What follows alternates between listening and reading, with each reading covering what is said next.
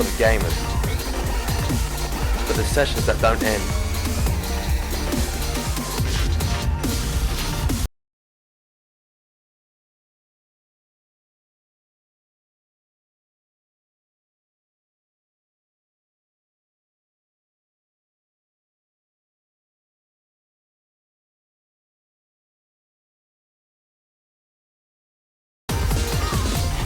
For the cosplay, for the indie developer, for the gaming merch lover. Insomnia is for the hardcore gamer, the social gamer, the young gamer, the pro gamer, the retro gamer. For the gamer that thinks they are the best. We all know one. Insomnia is about the big rigs, esports superstars, Call of Duty World League,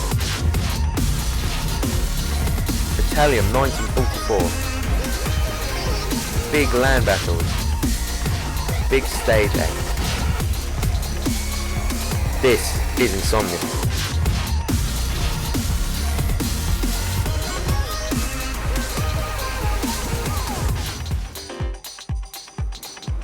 Hello and welcome. Today is our first official Caffeine Gaming show stream here at Meltdown London. To my right, I've got Gio. Remember her from last week. Gio is a Twitch streamer mainly playing Overwatch. Yep. We'll get to the Overwatch news in a bit. And Ahmet here, you might remember from some of our previous videos on Caffeine Gaming. Hi guys. So Ahmet, introduce yourselves as people probably haven't seen you before. Yeah. So I'm Ahmet Ibrahim. I am a level designer. I originally studied film and was producing film, but I've always had a big passion for video games.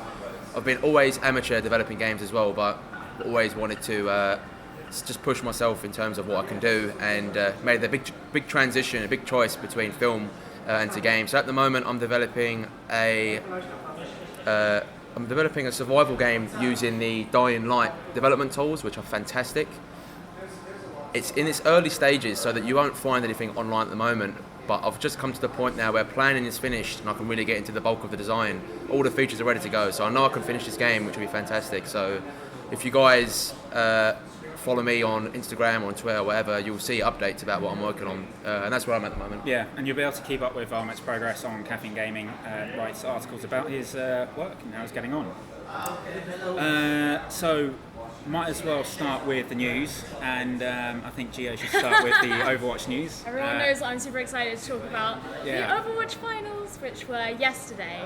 So, the big inaugural season playoffs were this past week, and we finally had Philadelphia Fusion versus the London Spitfire in the finals, which was split over 2 days. So on Friday was the first series, which London won. So everyone was super hopeful. Well, obviously everyone in London was super hopeful, maybe not Philadelphia. That meant that London would take it in the very final day, which was last night, and I was here to watch it with loads of people. There were so many people here, it was super crowded. And yeah, London took the finals, so they have taken season 1 of the Overwatch League, which is crazy, especially as a lot of people didn't expect it to happen, because London won stage 1 of the Overwatch League, but then they kind of tanked a little bit, and no one really knew why. And everyone kind of expected New York to be the overall victors, but no, we took it back, and it came home. So yeah, that's pretty exciting. So now season 1 of the Overwatch League is over. I'm sad. When does it start again? Next year. Next year. So we have the World Cup between now and then. Okay. So the World Cup group stages will start at the beginning of September, and the finals of the World Cup will happen at BlizzCon in November. Nice. So How many countries compete? in the World Cup? That's a really good question. I think I want to say 16, but I think it might be more than that. Right. Because they're sort of split across, they have different stages. So they have the group stages, so there will be some that are hosted in Paris, some that are hosted in Thailand, some, I don't remember the other ones. There's one in Korea, and I don't remember where the North American one is. All over LA the place, maybe, I think, yeah.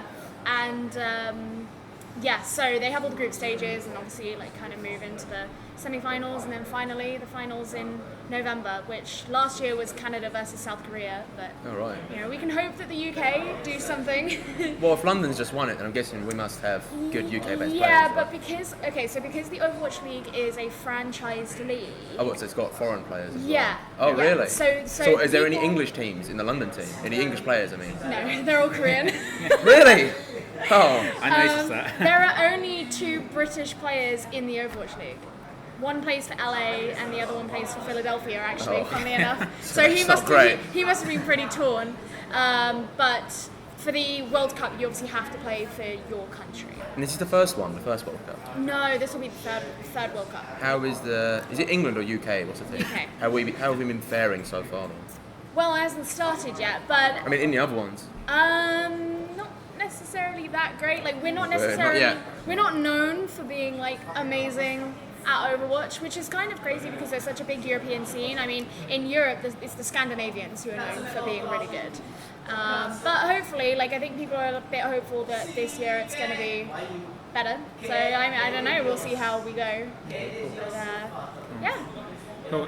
So Yako's just asked on YouTube. They're in a bar. Yes, we're in a esports bar in London called Meltdown. So here it's just dedicated to gaming. We've got gaming PCs. There's consoles People everywhere. playing League. Yeah, they have a lot of competitions here. Last night they showed the Overwatch finals. So had a big viewing party. and we're in London, not in South Africa. So who's at South Africa? Yeah, well, we have a lot of South African followers now. Oh, fantastic, Gaming, fantastic. So, yeah, coming international. I know. We're in a bar, but I tanked my drink before we started streaming, literally just before, so I didn't. I'm without Vaser Yeah. at the moment. Oh dear. Right, so the next lot of news, which everyone has probably seen, is Steam has released a new update for their chat. Try and start competing more with like, Discord and kind of coming, Yeah. kind of upgrading because they haven't had a proper update in years. And to be honest, they've needed it. And now they're focusing more on people playing together. So it's really easy to find people who are playing a particular game and to see who's actually playing with them. So you can see that someone's actually made a lobby with a few other people in a particular game and that you know that maybe they're looking for an extra person. That's So- good.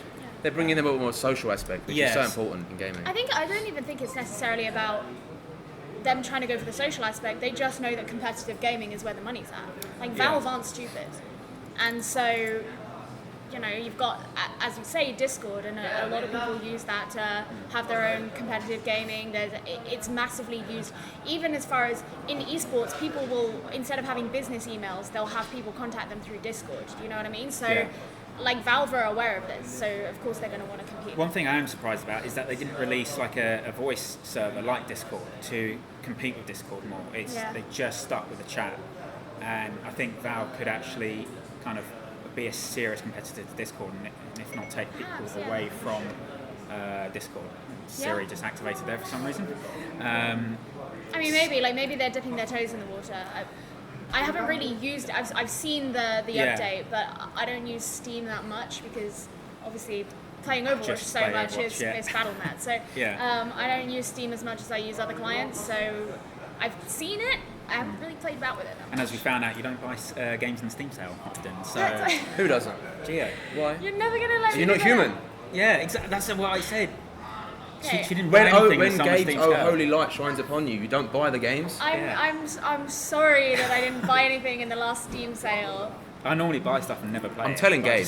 which is stupid. I get around to it eventually, but I do have games I haven't played yet. My Because list. I get them cheap. Mate, like, my list is ridiculous. yeah. No, I'm just gonna trades. say the difference here is men, women, What?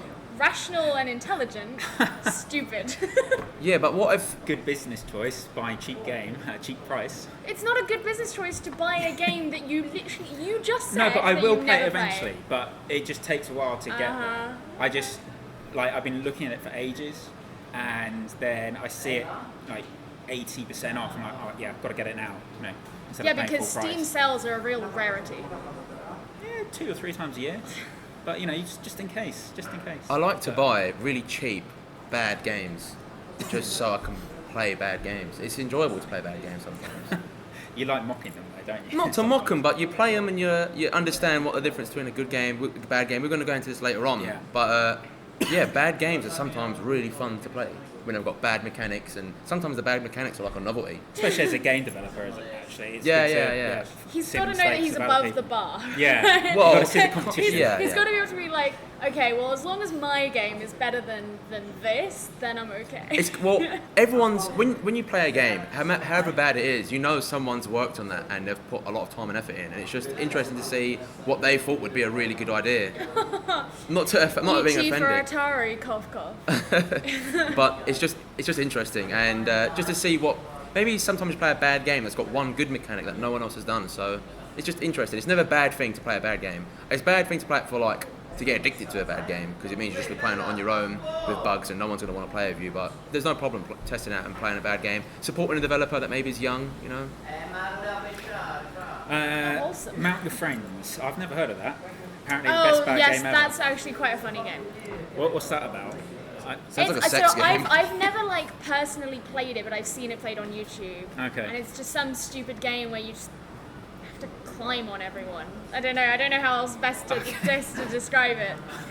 It's I have to have a look at that. And it's not. it's kind of a And party it's- game, I guess, to an extent. And it's not a Yeah. sexy party game. It's just a regular party game. It's not sexy, no. You literally make a Okay, tower of people. Okay. Yeah. Right. All right. Okay. Very weird.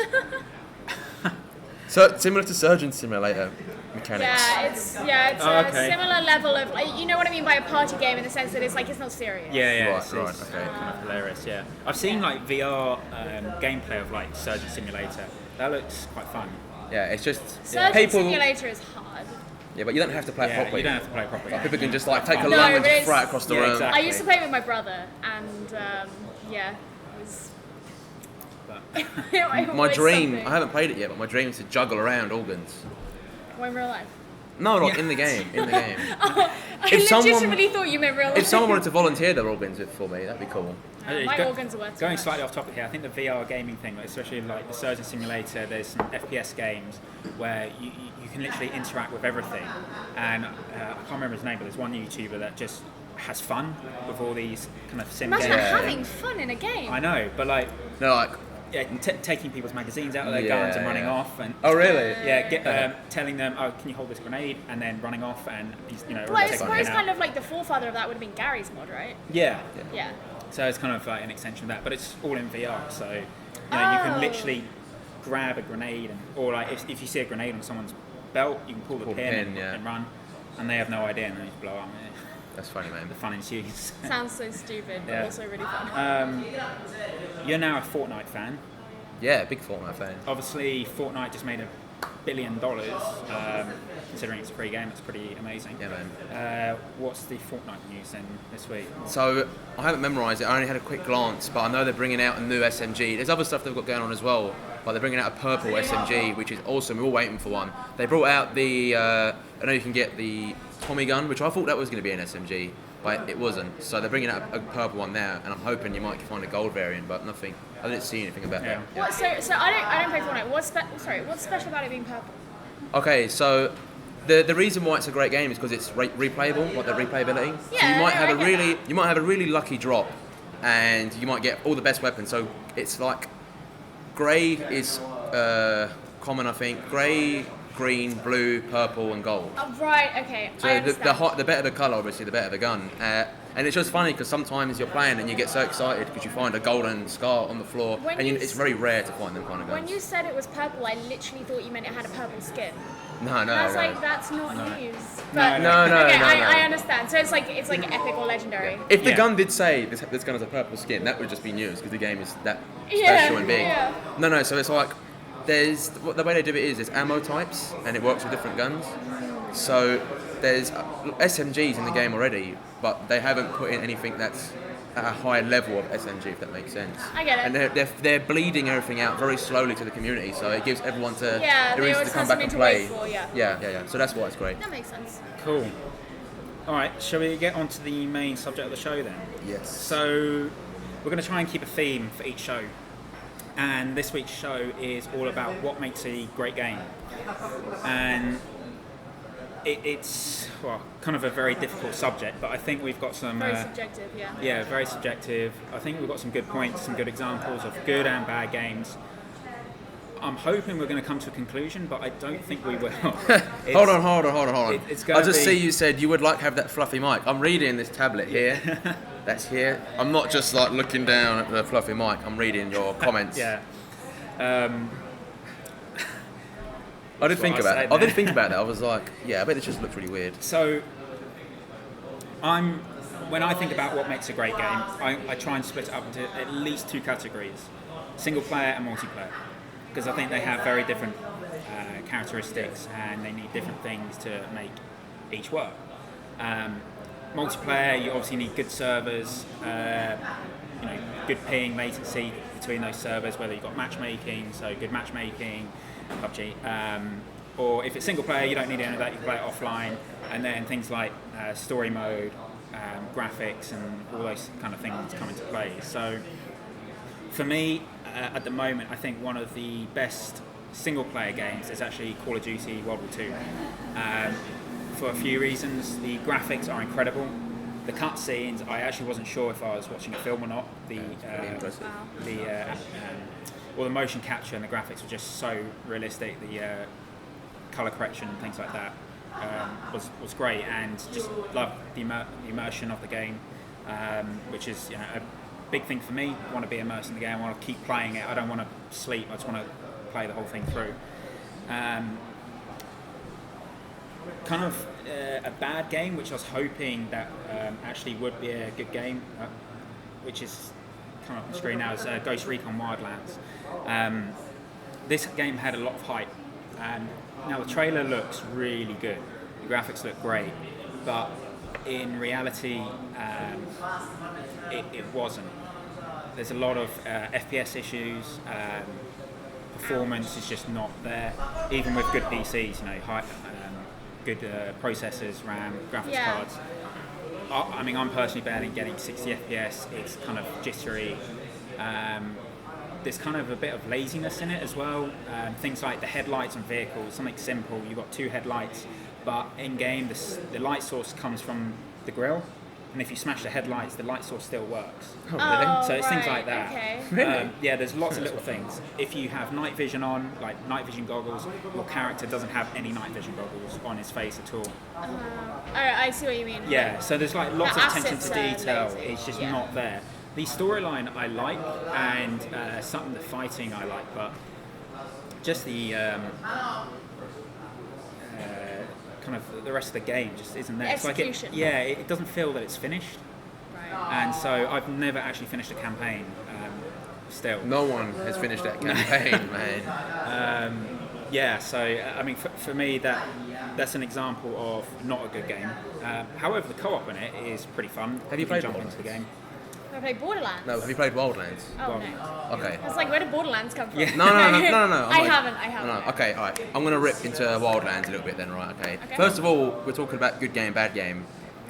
What Will said makes complete sense about having single player and multiplayer separate.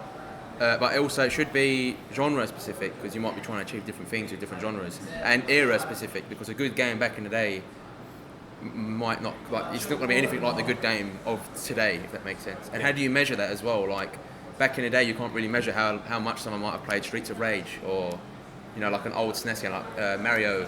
16 bits. Yeah, but you can't. That might have been the most played game of all time, but we would never actually know. Obviously now we can track that, but we couldn't back in the day. So Wildlands, you were saying you didn't like. Okay, so I played Wildlands, and it has so much potential. I thought this was going to be great, but it just has a lot of nonsense.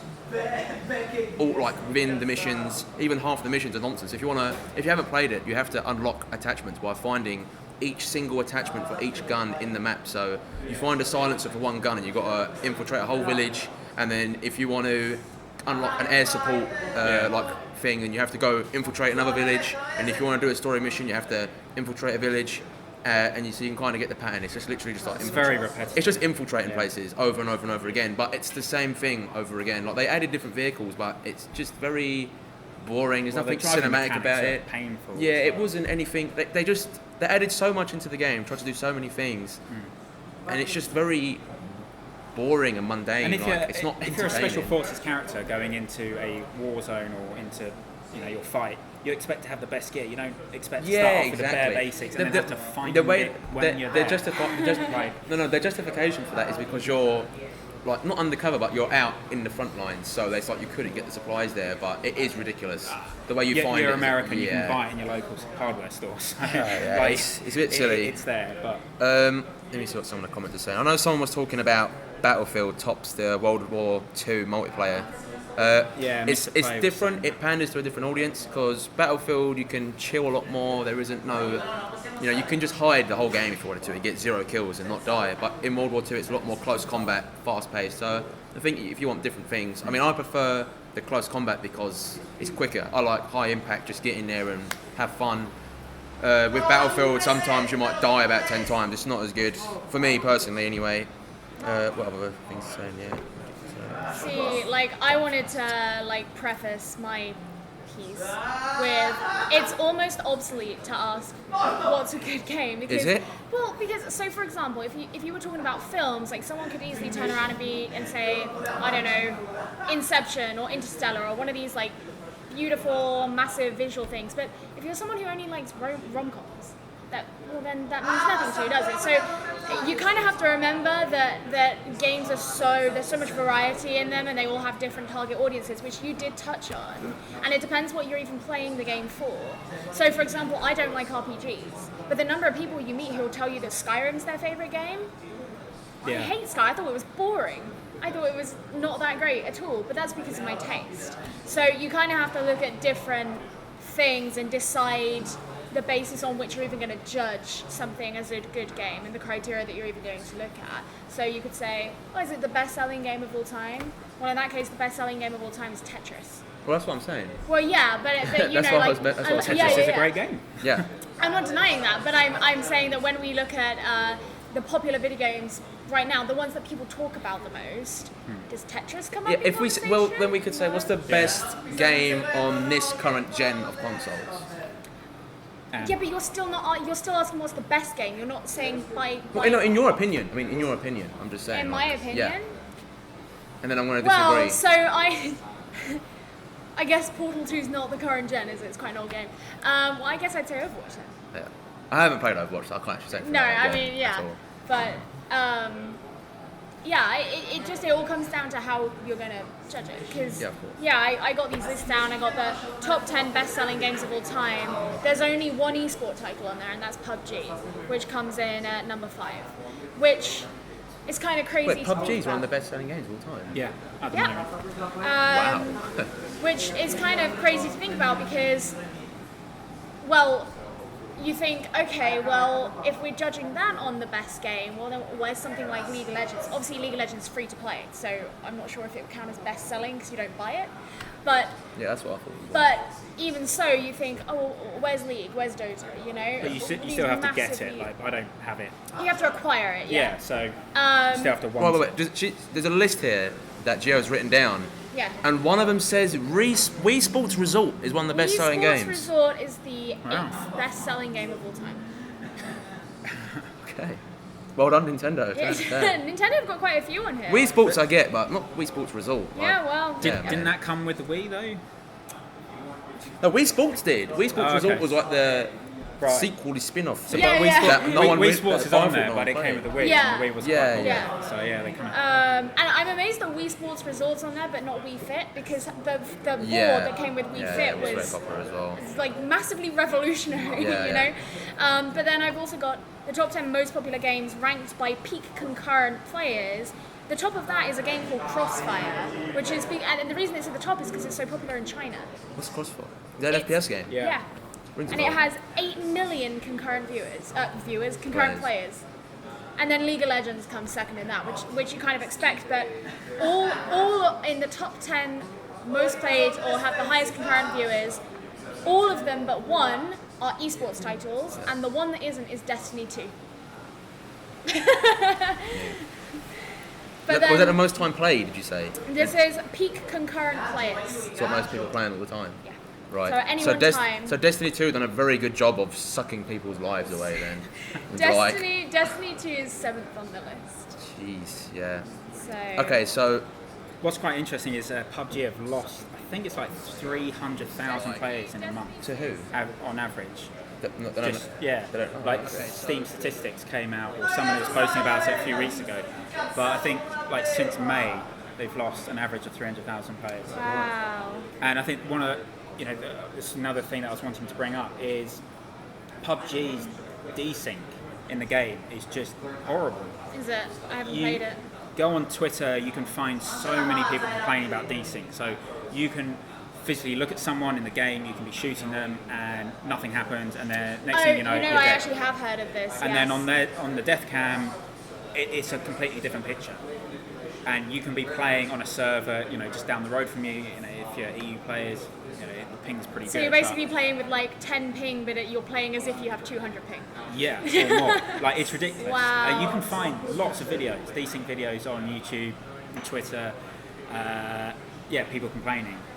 That's terrible. It's really bad, and I think that's what's putting a lot of people off is this desync. You just can't play it. Yeah. It's just a real shame because I think the game has great potential, and to be honest, they need to get it fixed quick because in a couple of months, Call of Duty's coming out with Blackout, and I think that could be a big competitor. Someone's to PUBG. calling you out on your terrible shooting skills. Rubbish. Yeah. Someone also asked a question Who and said? Dezo. Well, I'm good at CS now. I'm rising up the ranks in CS, so no, I can hit people. It's just not in PUBG, unfortunately. Someone's asking as well, do you think VR will change esports section of the gaming genre? No. There's already VR esports competitions. Yeah. I don't think that's necessarily going to change what's already there, though. No, you want it it'll to? be an addition. Yeah. Why? I think VR is massively gimmicky. No, it's cool, man. I'm not a fan. But it's like the best thing about VR that no one can argue with is it gives you perfect 3D, which is cool. It's Sure, very I mean, cool. fine, but I'm. And then you not- can I'm just not a fan. introduce new features from with VR, especially with the Vive as well. You have full control. Like you can move your arms anywhere. I mean, I in certainly a game, think there's so there's a much gap in restriction. the market for it, but in terms of, and this kind of comes back to the whole taste thing, but it's like, I like to sit at my PC with my keyboard and mouse, I have my monitor, and I like playing like that. I play first-person shooters. I don't need to be in VR. And the way that shooters kind of work is a lot of the mechanics comes from how you use your mouse and stuff like that. Like, I don't need to be standing up holding something. So VR obviously is not good for certain games, certain genre of games, No. and it's amazing for others. So Yes. sim racing, Mate, yeah. incredible. Oh yeah. I'm You're sure. in you can literally be in a racing cockpit. You can look around, and it is as realistic as you can get without a full motion set. Yeah. For that, it is perfect. Otherwise, the next best thing would be have curved monitors all the way around you. But I tried at Insomnia 62 a VR headset with a motion sim racing cockpit. Still couldn't shoot straight. Well, I didn't need Well, to I'm shoot. sim I was racing. racing. No, I'm Racing saying. Brands No, match. Daniel was saying you can't drive straight or shoot straight. Well, that's Dan. He likes to have a dig at Yeah, it. man. But I tell you, driving with a VR headset made such a difference. Yeah. And- It was incredible. But the other thing you also have to consider is the fact that let's assume that there is going to be a space for VR in esports. People who go into esports generally start off quite young and they're in their homes and that's where they scrim, that's where they practice. Yeah. How many 17-year-olds can afford a VR headset and a PC Yeah. that can run VR? Well, that's the thing. I mean, VR headsets are sort of coming down in price. Yeah, slowly. I don't doubt it. Obviously, you've got the new Oculus Go, which is a self-contained VR headset. You don't need a computer, but you can't run, proper PC games on it yet. Not many people have VR headsets because they are quite expensive. They are. It's I just think it's the not Rift is accessible. £400. Yeah. It's but not, actually, but we Not it that has, owning it has a, good, piece, it a has gaming good PC pros. is Yeah. either, but No, but it has good pros to have one. I would love to own one just to play with the headset. Well, I mean, I have one. Dezo says but- sell a kidney, then you can afford one. So, but if you've only got one kidney, you're a bit screwed, aren't you? So, But no, I mean, my dad owns one and he likes it. But I just personally, it's like if I want to play a video game, I want to sit on my PC and sit with my legs up on my desk and in my gaming chair, swiveling around with my keyboard and mouse and whatever. I don't want to have to go and set up and stand up and do stuff. It's just faffy. Yeah. So there's actually one game that we played at Pocket Gamer Connects, Skyfront VR, which is an FPS VR game where you stand up, you stand in your square, and it's an FPS game. It's like 6 or 8 people in the server. Yeah. And literally you've got 2 controls. You can fly around, you can shoot, you've got different weapons. It worked amazingly well, and it was actually good fun. And I've actually seen it on the Steam homepage for a bit. But there is only one problem with, I mean, not a problem, but that game is so confined to the actual controls. If that makes sense. It wouldn't work in any other way because the way they've designed it is to combat motion sickness. So, because that was a big problem when VR first kind of. Yeah. So whilst I was at Pocket Gamer Connect, it wasn't just Pocket Game, they had X games as well, like so VR that kind of stuff. And one of the things I didn't know about VR is when you change the horizon. So the horizon, like in real life, is a straight line, right? Okay. And as soon as you start to lower that, so it's not there anymore. So you can move around. And as long as that horizon's there, level with how you actually feel in terms of your gravity, you'll feel fine. You should feel fine. People still feel sick. But I was playing a game where you're in you're in a jet. And even though I'm looking like this and my gravity's like this, the horizon went down here when you turn the helicopter around. And within like 2 minutes, I had to take the headset off. Yeah, it's because the fluid inside your ears doesn't move because you're not actually moving. Yeah, exactly. That's how real motion sickness works. That's how real motion sickness works. So that's one thing that we. No, I understand. But yeah. That's what it comes to. So that's one thing that we found a lot about when we went to this event is all these VR games, how they're tackling motion sickness, and it's all about this locomotion. So it looks like they've kind of nailed it, and it's now for the individual developer to kind of implement that and think about that in the game. So hopefully soon, not a single VR game will have any motion sickness. And then with the old ones, obviously. But when they're updated or newer games, like the better new headsets, games better coming out. resolution in the headsets, then it should be a lot better. It's like if you're playing a shooting game in VR and you get killed, rather than the camera like showing you the sky because you're standing up, it should just stay still basically. Yeah. It should. The only thing that should control the camera is the player. That's what really combats any sickness, anything like that. See, I think it would be interesting to try something like Portal in VR. Because can you imagine feeling like you're going through the You might be able to play. Well, I don't know if it has motion tracking, but it might be doable to play it in VR. It would be interesting because there's a lot of falling and the whole momentum concept and stuff like that. There's a lot of that in Portal, which that might be doable. Kind actually. of interesting to at least try. With the nude mod. Yeah. There's a nude mod in Portal? I don't mod games. I'm boring. Well, Cool. So it's offensive. Man. I don't even so much as mod The Sims. Mod The Sims. No? Who didn't mod The Sims? Who didn't remember? What was there was a hack code that was just like infamous. What was it? Come on, Motherload. Motherload is the one. Motherload, Motherload. Come on. Right, so let's get back to what makes a great game. So, good graphics that work for the game. So obviously some games they're not on like big graphics, so it's kind of more cartoony. But good storyline is needed for single player, multiplayer. Obviously, good servers, good kind of matchmaking. You say you bring out good graphics as one of them, but then Minecraft.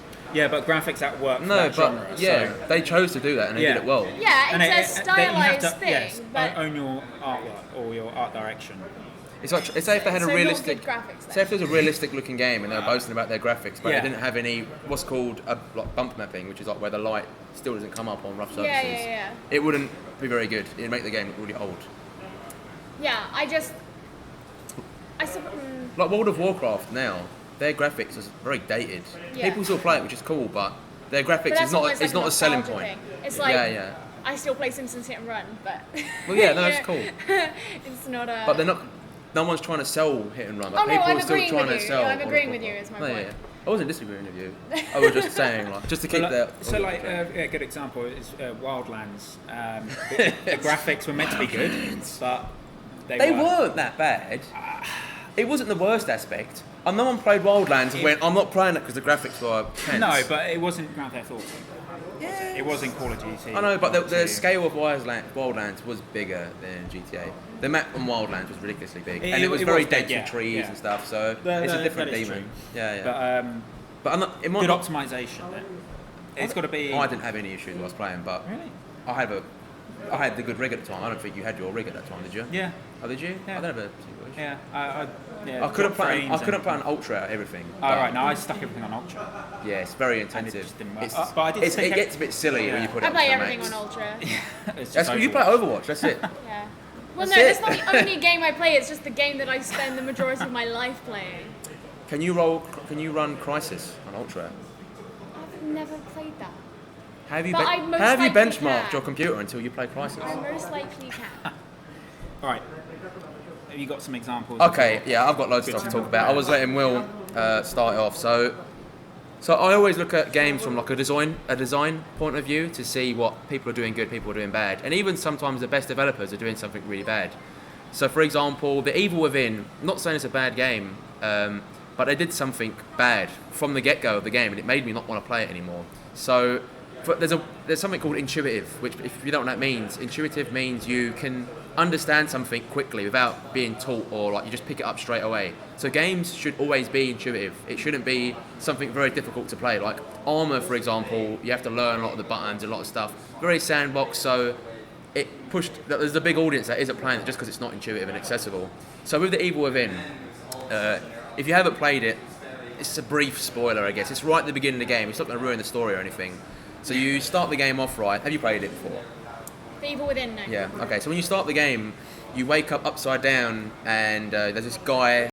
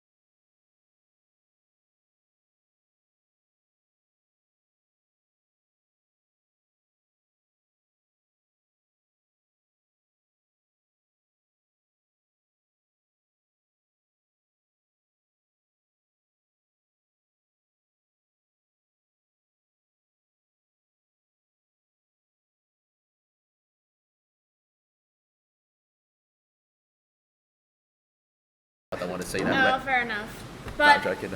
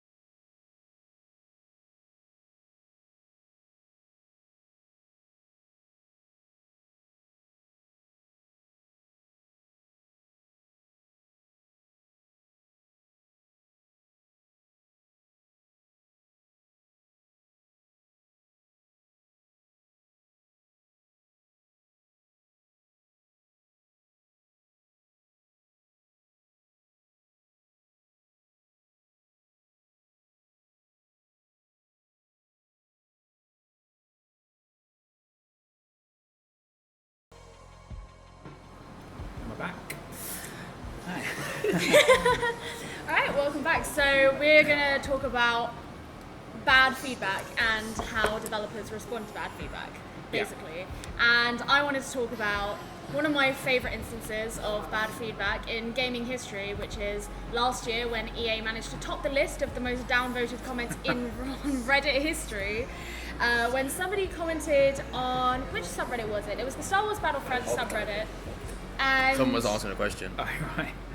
and they basically said, I paid $80 to have Vader locked. And obviously, if you aren't living under a rock, a lot of people know that most people weren't particularly happy with the Star Wars Battlefront release. There's Is this loads 2? of Battlefront 2 we're talking about. Battlefront 2, yes, Yeah. sorry, just to clarify. Loads of microtransaction issues, people just weren't particularly happy with it. And EA responded essentially trying to defend themselves, and everybody could see through it. It was not good. Right. And they have minus 667,827 points. Is As it? of today. Oh, It's right. also got 96 Oh my gold. god, I've got to read this, Okay. The intent is to provide players with a sense of pride and accomplishment for unlocking different heroes. BS, which means, can I swear? Swear word. As for cost, we selected initial values based upon data from the open beta and other adjustments made to milestone rewards before launch. More BS.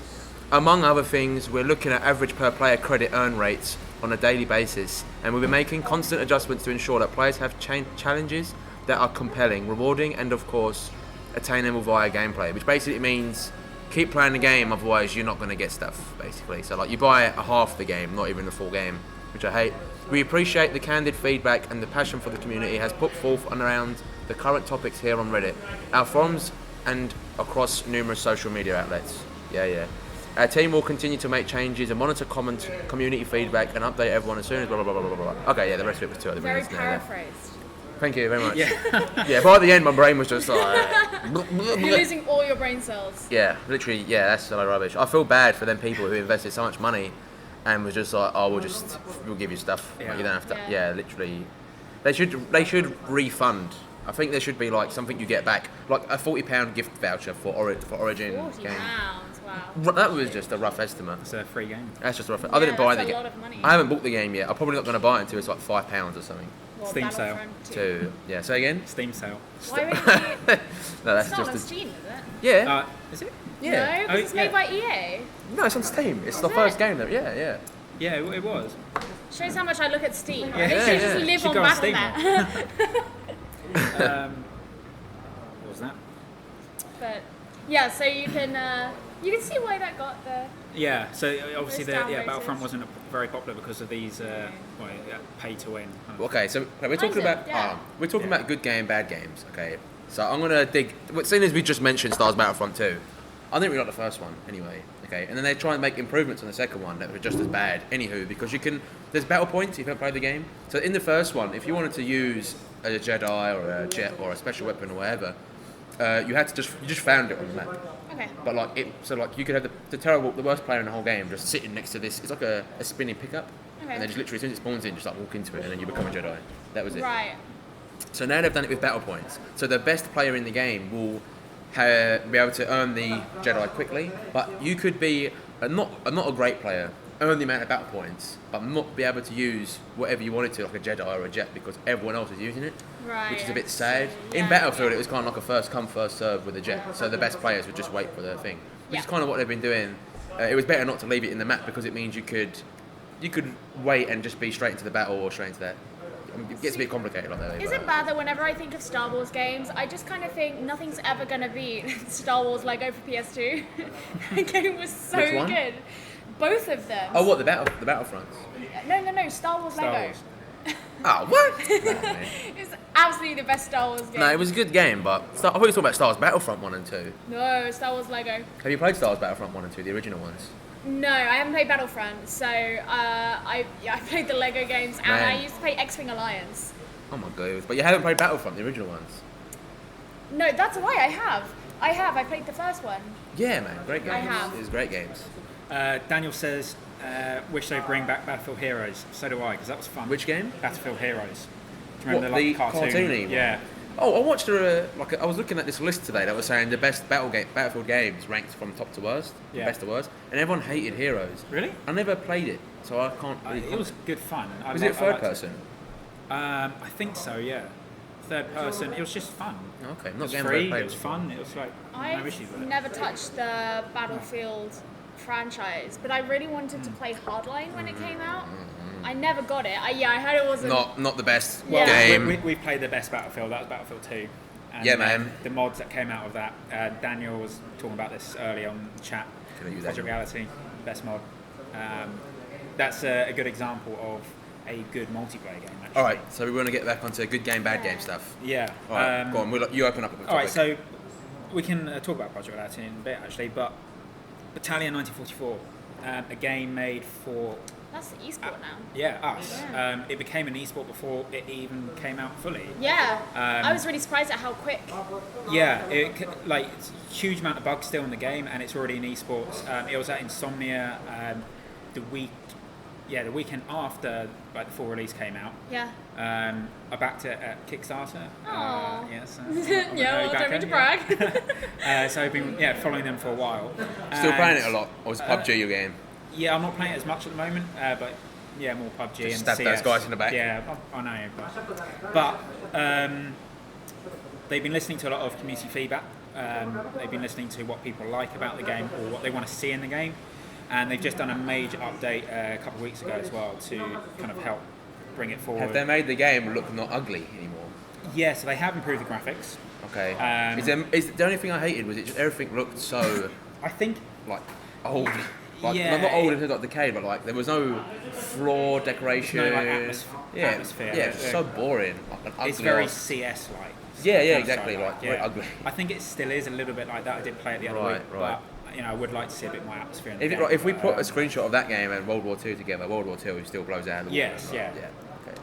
Yeah, I just remember when it kind of first came out, and some Twitch streamers that I followed they were streaming it, and they were like, "Oh, I'm trying Battalion 1944," and then I feel like it was literally like I blinked, and then suddenly there was all these esports teams like popping out of nowhere. So I mean, it doesn't surprise me that they're putting in a lot of effort to listen to community feedback. Well, they know it's already going to be a successful esport. Well, they want it to be even better. Like they've got a lot of Well, there's vested interest. there's in already this. sports teams, Yeah, esports teams, absolutely. and there's already been a competition at Insomnia. So Is Yeah. it still in beta? no, it's It's full release now. Maybe. I can't remember. Half, like kind of. Yeah, no, I think they're in beta. Blurred I can't remember because before Insomnia, it was alpha, I think, and then it went into beta. I'm not sure if they're fully released. Right, if you right. guys know, let us know because I can't remember. Yeah. But yeah, they seem to be doing very well, and Yeah. just a great example of game developers listening to their customer Yeah. and what they want. So thumbs up Rather to than blaming Battalion. them. Yeah, rather than blaming EA. them. Yeah, no, you shouldn't be playing it like this. No, you're a bad gamer. Yeah. Yeah, exactly. Exactly. Do you want me to mention some stuff? I've got some Yeah, stuff in the bank. Yeah, go for it. Okay, so good game, bad game. So again, just design stuff, right? Okay, because that's the way I always look at a game. So I studied film originally at university, and in film there's a saying, there's like an ethos that's called getting in late and getting out early. Yeah. So cutting out all the stuff you don't need, basically. Like when you're